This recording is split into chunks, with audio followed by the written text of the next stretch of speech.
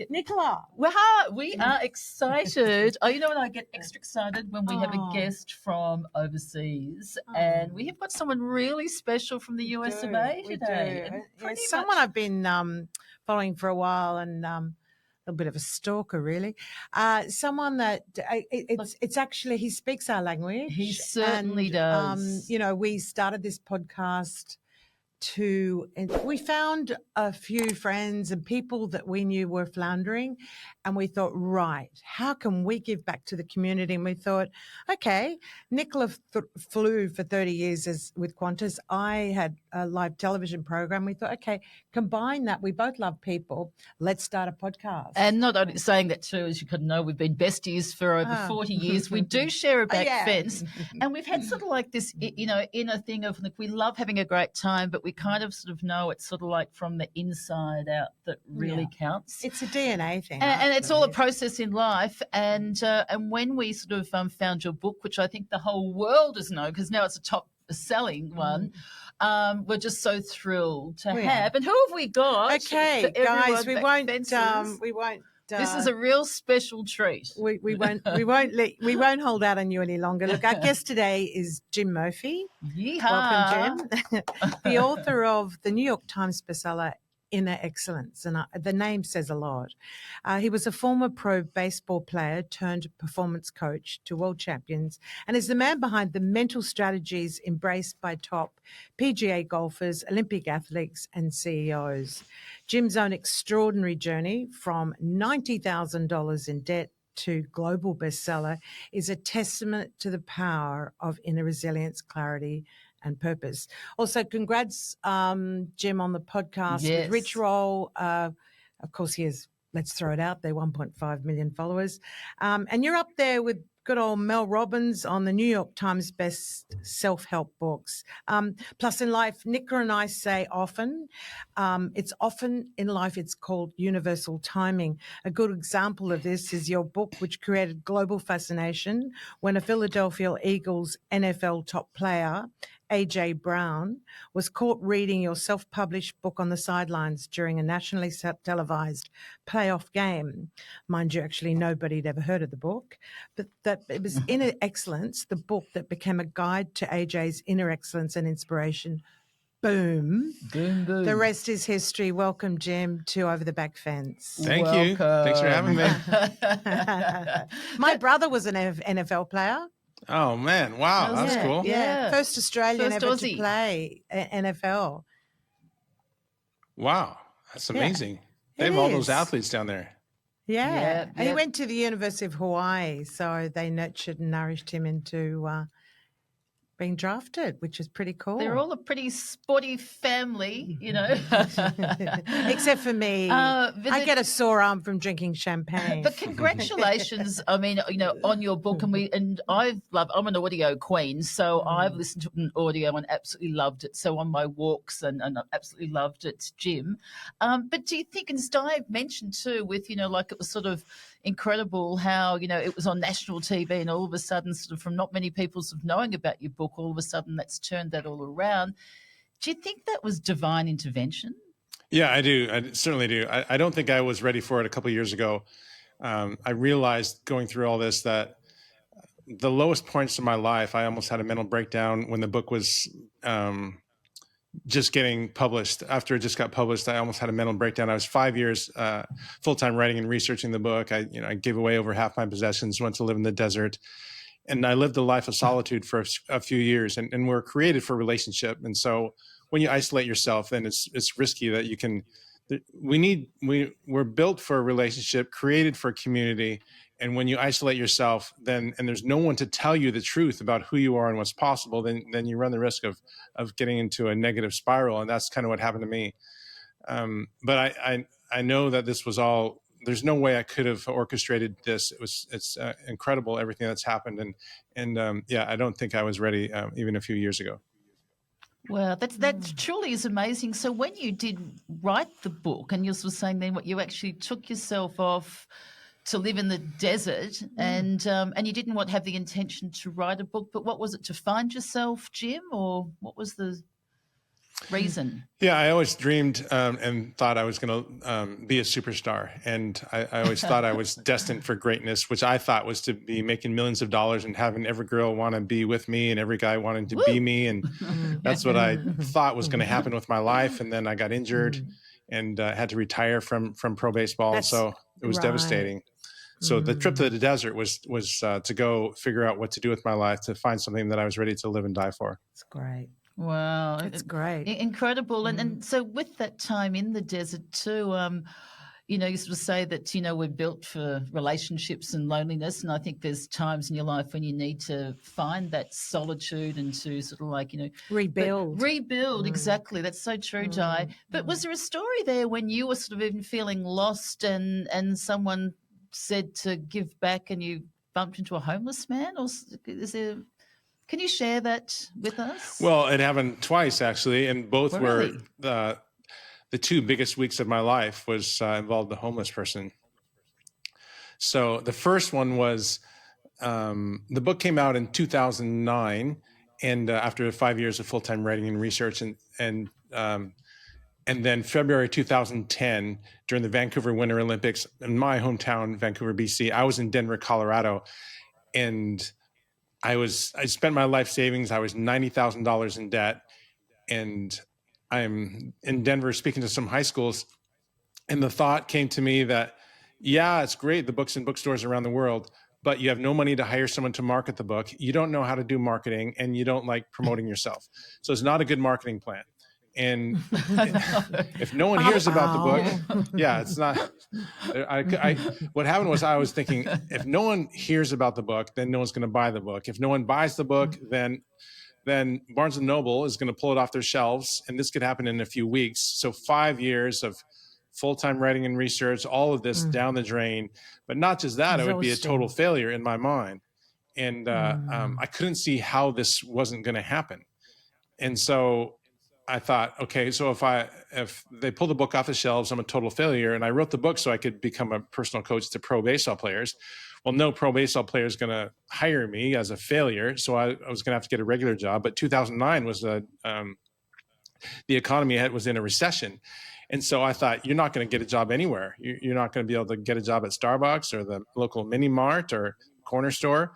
You're going to end up homeless and die alone in the street. And so my mind was spiraling out of control, and my knees were shaking. And I called my friend and said, tell me what to do. And he said, find a homeless person and help him. And I look around the corner, and there's this homeless looking guy playing a harp, a full size harp, you know, those things like David played in the Bible. And I listened to him play this beautiful music. And then I look in my wallet, and I had $100, which meant I must have taken a cash advance out of my credit cards, because most of my credit cards were maxed and I just didn't have any money. And so I gave that money to him. I go back to where I was staying to run on the treadmill to try and just breathe to get through the day. Come back to that same area a couple hours later. I'm sitting in the Starbucks, just staring off into the distance, too much anxiety to do anything. And then the homeless guy walks in and walks past me and says, are you the guy that gave me that money? And I said, yes. And he said, thank you so much for caring for me. No one's cared for me like that before. He leaves, and he comes back a half hour later with a box of chocolates, a card, and a bracelet that he made, and he gave all three to me. When I was writing the book, I asked this girl from my church, I said, can you take a look at this manuscript and make sure it lines up with the Bible? Because I want it to be filled with wisdom and truth. And she reads it, and she said, I read Inner Excellence. She said, have you ever heard of the word Zoe? And I said, no. She said, it's a Greek word that means fullness of life. I think that's what your book is about. And I said, yes, that's exactly what my whole life I've obsessed about being a superstar, when what I've always really wanted was to feel fully alive. And so Inner Excellence is really about pursuing absolute fullness of life and developing yourself in that way, and let everything else be added to you. So that's what I did. I oriented the book around that pursuit of fullness of life, and that's what it is today. So I'm in the Starbucks, and I opened up this guy's card, and it said, thank you so much for caring for me. Love, Zoe. This homeless harpist name was Zoe. Oh, another boom moment. Yeah, wow. I was like, what, your name is Zoe? And he said, yeah. I was like, your name is Zoe? Wow. And he said, yes. And I said, do you know what your name means? He said, no. I said, it means absolute fullness of life. I've been studying that for 5 years. I just wrote a book about it. So I grabbed a book and I wrote, "Dear Zoe, thank you so much for sharing your beautiful music with me today. You don't know what that means to me. Love, Jim." I give him the book and I never see him again. So Oh, that was really a life-changing moment and led to many things. There's another homeless story that happened the night of January. Well, it was the week of January 12th. AJ Brown does his thing Sunday night, January 12th. And we meet that week, and he gets me a ticket to the next game. So now I'm in Philadelphia to go to the next game against the Rams. It was what we call the snow game. And I'm in Philadelphia, and this guy on the street asked me for money. And I didn't have any money in my wallet. So I said, hold on, I'm going to go to an ATM. And I go there and I try to get $300 out, and it said insufficient funds. And then I try 200, insufficient funds. And I try 100, I get the money. I find the guy, I give him some money. And then the next day, my mortgage payment bounces and my checking account goes to the negative. It's not as dire as it may sound. I had money in investments and stuff. I just didn't know where my finances were. But it was the first time in years that I didn't pay off my credit card each month. And then it was just so amazing that the timing of this would happen, because that was the week we sold 100,000 books. And so the checking account wasn't in the negative for too long. Oh, you're Incredible. kidding. That was That's the week incredible. you sold 100,000 books. We're running short Wow. on time today, Jim. So let's start and unpack the book Inner Excellence. What is inner excellence? Inner excellence is an entire lifestyle on developing inner peace, inner strength, to be the person you're created to be. That's simple. Is Do you know what? The book, I'm still, because Nicola and I have been listening to the book on Audible, I'm still going back and listening to chapters because there's so much to absorb in the book. Tell us about self-actualization. That sort of seemed to surface a lot for me in the book. Yeah, so there's a pyramid by Abraham Maslow. It talks about self-actualization and how you can be your best self. And what I did was I took his amazing research and I said that the way you can be your best is kind of like the law of the universe, is that if you focus on yourself and live for yourself, you're going to lose your life. But if you live your life for others, you'll gain your life. And so I call it selfless actualization. And so with inner excellence, we talk about selfless is fearless. And that inner excellence, that self-centeredness is the biggest challenge that you face in performance and in life, because it leads to fear. And so the best possible life is a life where you learn to be selfless and therefore fearless. And it certainly isn't always easy, is it? And so much of the way that we've, a lot of people in the Western world, I guess we've been brought up is that, we look for external things, what your career is, or whether you're a mum or a dad, or your title, or what you may own, all these sort of external things. Yes. And it's sort of like then going, that can actually leave you with emptiness, or it's not really the answer. Is that sort of what bit of the essence of what you're Little bit of sort saying? affluenza. Yes, That's right. yeah. That's I've exactly got right. the book here, by the that, way. Actually, yes. I love that book because you mentioned it a bit in Inner Excellence. Can you sort of go a bit about that, sort of like, why we sometimes we look at these external things where really what's so important? I think we all need these reminders of what's sort of, important, what's really gives us purpose and meaning. Yeah, so inner excellence is if you look at sports psychology and psychology in general, it's great understanding the mind and how to use it to perform better and live better. Inner excellence goes another level deeper. The idea with inner excellence is that your heart, your spirit, your will, those three words are used interchangeably.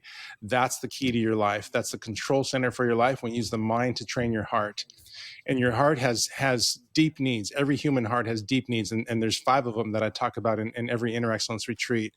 And that's identity, community, purpose, integrity, which means to be complete, and growth. And community is the deepest need of the human heart for love and connection and acceptance. And the greatest fear is rejection. And so that's why there's such a lack of freedom in performance today, whether you're a kid or a professional athlete or Olympic athlete, because if you fail, then you're going to get judged and possibly rejected. And, with social media, that's a 24/7 thing. And so that's why there's such a lack of freedom, because of the fear of failure and rejection. Well, so what tools do you, so for somebody listening now who would be going, well, that's sort of, sometimes I feel that way, no one really likes being rejected, and it is sort of thing that can stop me from doing different things. What do you suggest people kind of do? So it's really understanding that you don't know what's best for you. Yes. And if you have, like I had, just one single story, I have to make it to the big leagues and be a superstar, and that's the only possible, acceptable life, then it becomes very stressful. And when I lost it, I felt like I lost everything.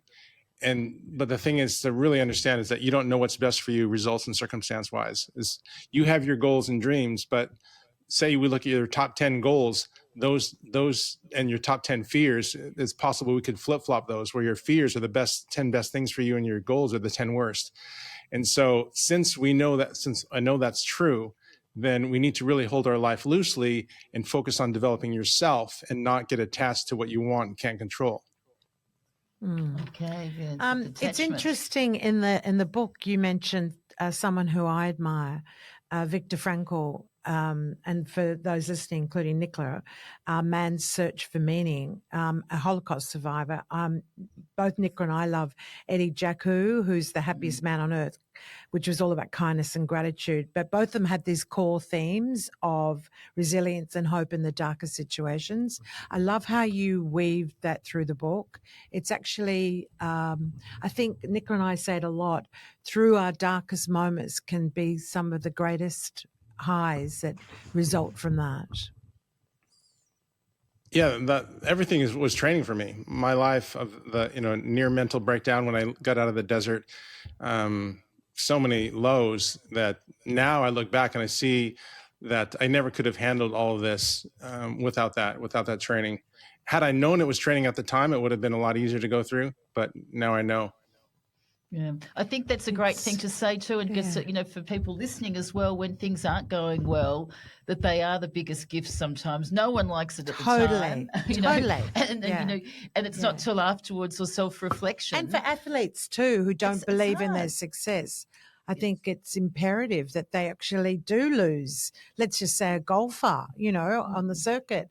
And then they come around. I mean, tell us about that, how you work with someone's mindset that is like rock bottom. Well, people come to me and they're looking for I'm a performance coach. I teach people how to have peace and confidence under pressure. The best athletes in the world, how do you perform better? And so really they don't care about love, wisdom, and courage when they come to me, which is kind of the 3 pillars of inner excellence. All they care about is results. And so it's like they're coming to me for surface level things, and their goals are just way too low. It's also like coming to me for happiness, and I teach them how to have joy. Happiness I define as a positive temporary feeling based on what's happening. Joy is a deep sense of well-being, freedom and gratitude, independent of circumstance, and inner buoyancy that comes from love. So they're coming to me for these surface level things, and we don't even know if that's good for them. So I teach them how to develop their inner strength and inner peace by clarifying how they want to feel, how they want to live, what they value most. And we pursue that development and also mastering the ego, which is such a huge part of personal development. The ego meaning the part of your mind that's always comparing, always threatened, never satisfied. It's so great that you do this, because so many people, you sort of judge yourself or value yourself on your sort of results or what you sort of think of these external things. And we know that that's only temporary. I mean, life is only temporary. But it's despite whatever's going on and knockbacks in the world, which we all get, I guess when it is that inside inner resilience, and that's what I think fall back on. Yeah, to fall back on, So, but how do we all sort of get it? I mean, it took you, I think, 5 years in the How desert do we get or whatever. Like, is it just by reading the book, or what sort of other tools can we, can you help us with, Jim? What about some daily practices that some of Is our it daily listeners practice? could actually use? Like anything you can suggest? Well, the number one goal for Inner Excellence is to learn and grow every day. And it doesn't matter if it's the championship, say you're playing in the Masters today, or you're playing in Wimbledon, the finals. It doesn't matter how big in your mind the day is. The number one goal is always to learn and grow. And within that, we have 4 daily goals. And the first one is to give the best of what you have today, and realizing that some days it's not going to be very good. Some days you're going to have a 30 or 40% day. So we're going to give the best of whatever that is. And then number 2 is to be present, because there's no fear in the present moment. Fear is a past, future, self-centered thing in general.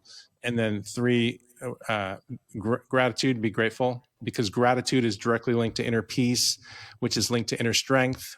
And that's linked to mental toughness, and they're all linked to beauty. And so gratitude is the key there. And then number 4 is focus on your routines and only what you can control. So and only what you can control. Yeah. That's really good, because I guess what do you do? And I think you use the word, I think sometimes people might sort of say it's nearly overused, but it's important, is surrender. Because it's, if you are looking at what you can't control, which is a lot of things. Yeah, absolutely. It can lead to frustration. And what about, on that note, like in challenging times, is there any suggestions you can give to our listeners? Like particularly, if you're feeling stuck and you can't move forward, it's like you're literally stuck in mud. Is there any suggestions you could give our listeners to sort of escape that? Yeah, let's talk about anxiety for a second. Anxiety is a mind with too many thoughts from too many concerns. And so we need to simplify our life. And so the 4 daily goals will help you. But let's imagine that you've got a big day and you're just really nervous about how it's going to go. You want it to go a certain way, and obviously you can't control it. So now you're nervous and stressed. And so you can ask yourself some questions. 1, am I willing to face my fears? Am I willing to face any feeling? Am I willing to fail? And am I willing to be embarrassed? Am I willing to look foolish? So most people are not willing to face any feeling. Well, first of all, they've never even heard of that question before. But if they were, then look back on their life, you would realize, okay, there were some points when I really shrunk back. I think we all have. And it was just the moment got to be too uncomfortable. And so we're like, oh, I hate this. This is too scary. I could have that feeling that I dread the most. And it could, whether it's panic or whatever it is. And so we shrink back. People have shrunk back. And so the question is not, will you be successful? The question is, are you willing to sit there in that discomfort and not run from it? So this is Inner Excellence has 9 disciplines. And this is one of the disciplines. It's called embrace the tension. So in your day, there's so much out of your control and so many unknowns, and asking yourself these questions. And if you are willing to face any feeling, Inner Excellence, one of the biggest things about Inner Excellence is to expand what you believe is possible. So you can do things you've never done, but part of that sometimes requires becoming someone you've never been, which is the whole essence of Inner Excellence, is to learn and grow. But to do that, we got to let go of who you've been, let go of your past. And that can be really scary. And so now we've got these scary feelings again. And so are you willing to have these feelings? Because beliefs are feelings, and beliefs are what's running your life. That's really fascinating, that you literally have to transfix. Exactly, yes. And you do have to sort of like then, don't feel, ashamed if you fail, or if you do fail, sort of accept it, because it's sort of part of this inner growth and this sort of inner journey. Yeah, you have to if you want to be really good at anything, the number one thing is courage. And most people are not courageous. And so you can separate yourself from others by doing these things, asking yourself these questions, and being willing to be uncomfortable. Because if you are, and you're willing to fail and look foolish, then you're going to see that, okay, the plan you had for your life, maybe it's close, maybe it's not. but likely it's going to be somewhat different than the one that you see right now that's much better for you. And so in order to get to that plan that's much better for you, we have to be willing to try new things and keep trying and failing it, well, failing in quotes, what the world might say is failing, and to get to the life that you're created for. Wow, yeah, you really are a positive Very. man, and Yeah, I love I it love that it. you really are encouraging of, dream big and do those things that other people sort of like go, don't Yeah. do that, Or whereas they you're say it to themselves. Or they say it to themselves. Yeah. It's That's that right. negative self-talk. Yes. I mean, it's Pursue interesting. that. You're all Yeah, for that. I agree. And I think that's a really great thing. I loved it when Jim mentioned the imposter syndrome. And I know it's crazy, and I've brought it up before on the potties. When I used to host a live television program, I obviously did it well because I was surviving, but I'd come off air and I would have to get reassurance from people because I didn't feel that I did a good job or I wasn't good enough, and I was constantly searching for that reassurance. Tell us a little bit about that imposter syndrome, because you do talk about that quite a bit. It's an interesting one. Yeah, it's a self-centered thing in general. It's what about me? Am I good enough? Am I okay? What if people think about me? Are they going to see my failures and my weaknesses? And I don't know if I can do it. And so if we get rid of the self-referential lens for seeing the world, then you're fearless. So, and that's the thing that's not taught a lot about the imposter syndrome is what most performance coaches would be saying is, you got this, you can do it, you got to believe in yourself. And I don't really want to believe in Jim Murphy at all, because for me, that's not that helpful. I want to believe that I'm connected to the power at the center of the universe, and that I get out of the way from everything. The biggest challenge I have is getting in the way. And when I get out of the way, then anything's possible. Getting out of the way of ourselves. Isn't that a great one? And selfless is fearless. That's the two words that resonated with me most out of this book, Jim. Expand on that just a little bit. Being selfless is fearless. Yeah, every time you, like, say you're going to give a talk and you're really nervous, or you're going to throw the first pitch out at the Phillies game 2 nights ago, which was an amazing experience. If you're nervous about, say, giving a talk, what are you nervous about? Are you nervous about someone in the audience? You're nervous about what they're going to think about you. So it's a self-centered thing, and it's a future thing. So fear is generally future-oriented and self-oriented. And so, but if you're not thinking about self, and this is when you're at your very best, there's no concern for self. It's just like seeing great art. When you see great art, a great movie, a great book, a Grand Canyon, anything beautiful, then you're caught up in that moment and there's no concern for self. Self is out of the picture. It's like you blend into the moment. And that's where the greatest moments happen. So that's where we got to get rid of all the self-referential thoughts. And that's why love is the most powerful force in the universe, because love is fearless, and there's no sacrificial love. There's no thoughts of self. If you look at, like, if there's an earthquake and you're digging someone out of the rubble, are you concerned about how you look and what you're wearing? There's no self-consciousness when you're saving someone's life, because love is the most powerful force in the earth, that fearlessness. Oh, Jim, it's so beautiful to hear that. And love is, and to me, you also got those two words out of the book. I really got also like a big spiritual connection of how, whether you say God or universe or what it is, that we are all connected on planet Earth. And I think that's such a beautiful thing. But there's a quote that I really love here. It's got which you said, most of us have it backwards. If we focus on improving our inner world, we'll achieve far more. Heart first, which I love, performance second, inner world first, outer world follows. So I don't know if you want to expand on that, true, but I just love that. So true. Yeah, I mean, there's many ways to look at it. Like, if you look around you and you see all these things that are man-made, it was always an inner world first. It was someone's idea at first, and then it became manifested in the outer world. And that's how life is. Like, when you do something great, at first there was a belief, there was an image in your mind, a possibility that translated into the outer world.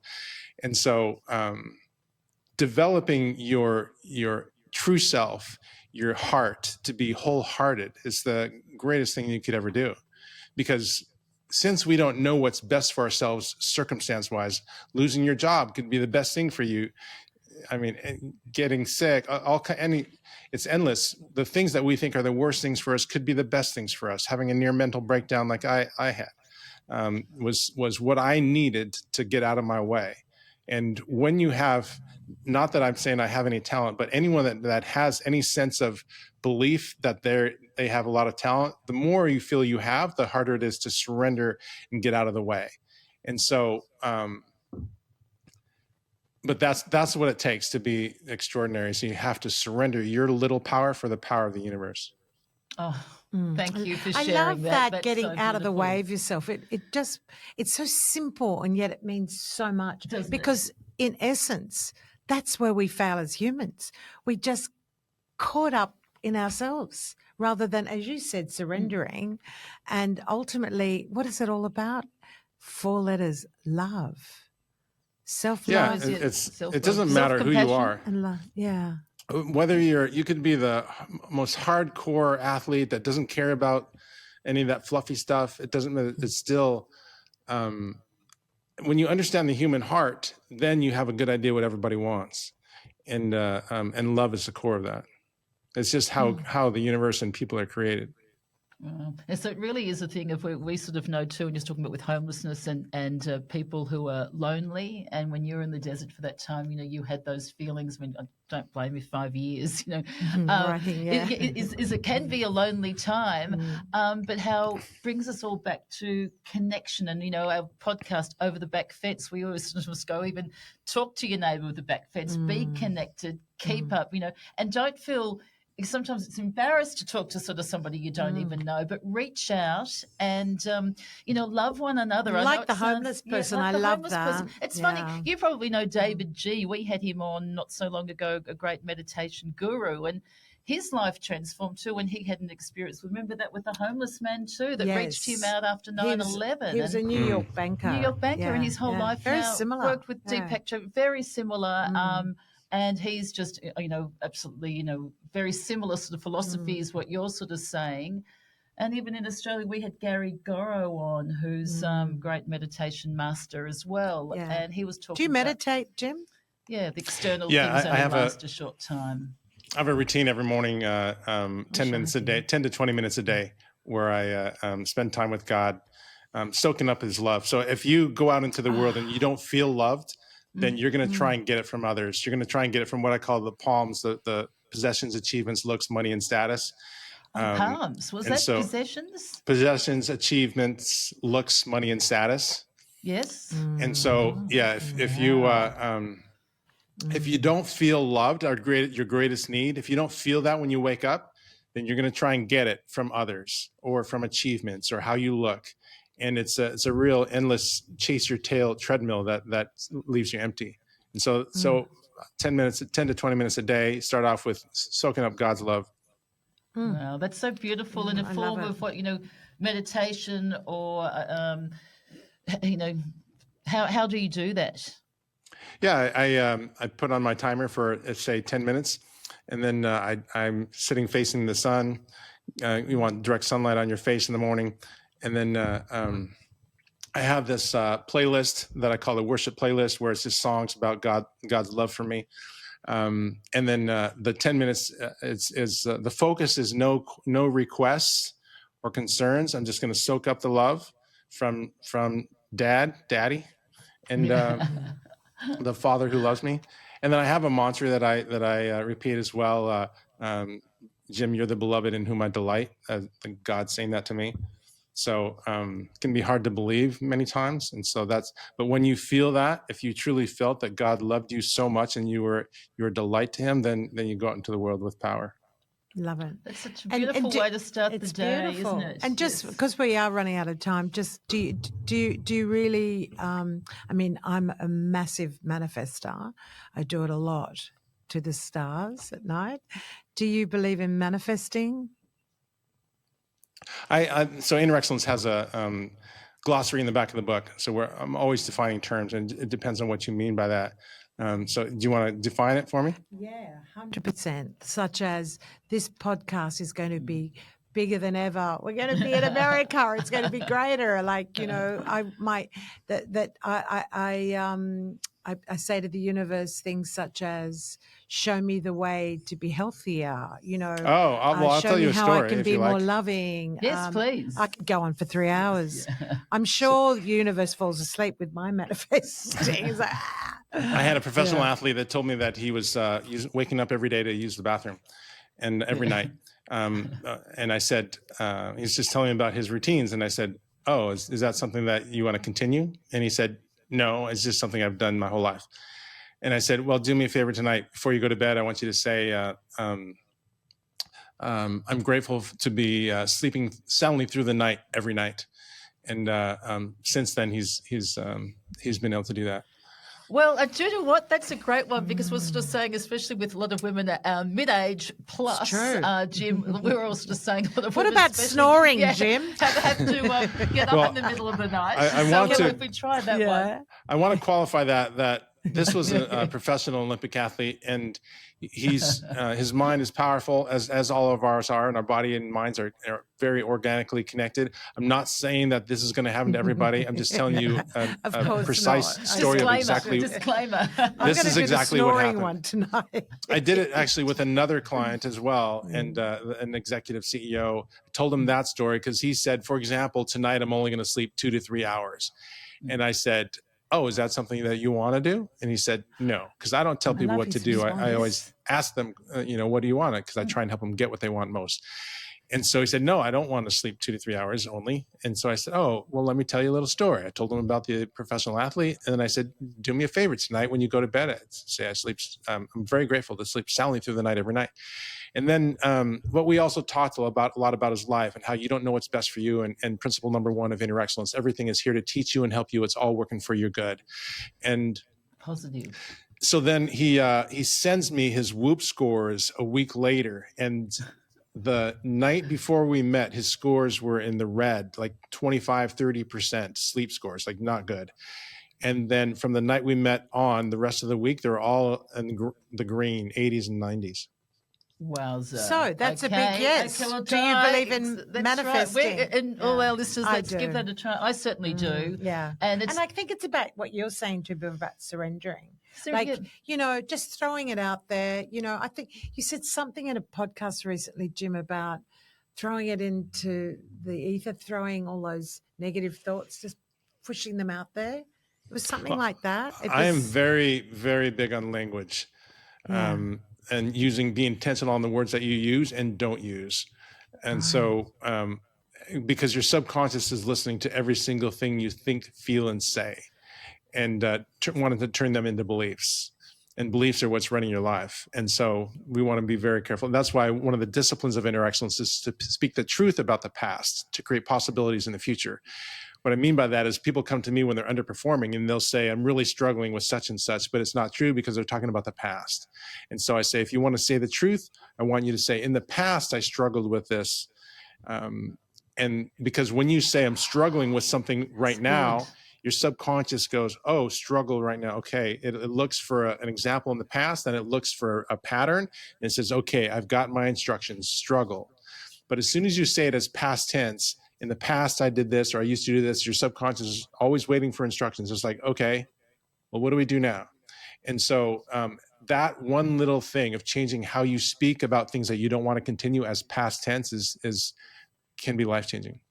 Oh, that is! You're going to get a boom on that one. You are getting a boom on that one. I think that's really great. Seriously, love that. Now, for our listeners, where can we find you? Because they can all get your book, Inner Excellence. He's in Philadelphia, and he's in Philadelphia currently at the moment as well. And do you do retreats?